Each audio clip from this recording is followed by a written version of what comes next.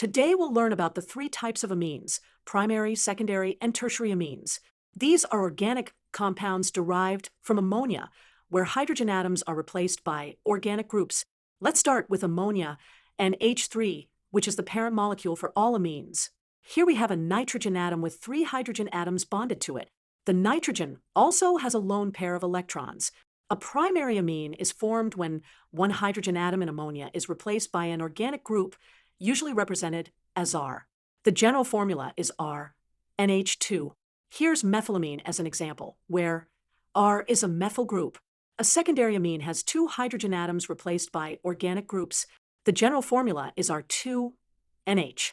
Here's dimethylamine as an example, where both our groups are methyl groups.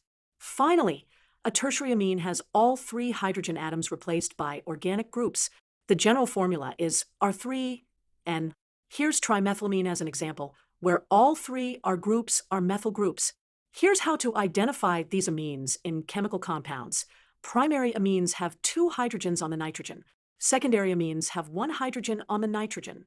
And tertiary amines have no hydrogens on the nitrogen. All amines have a lone pair of electrons on the nitrogen atom.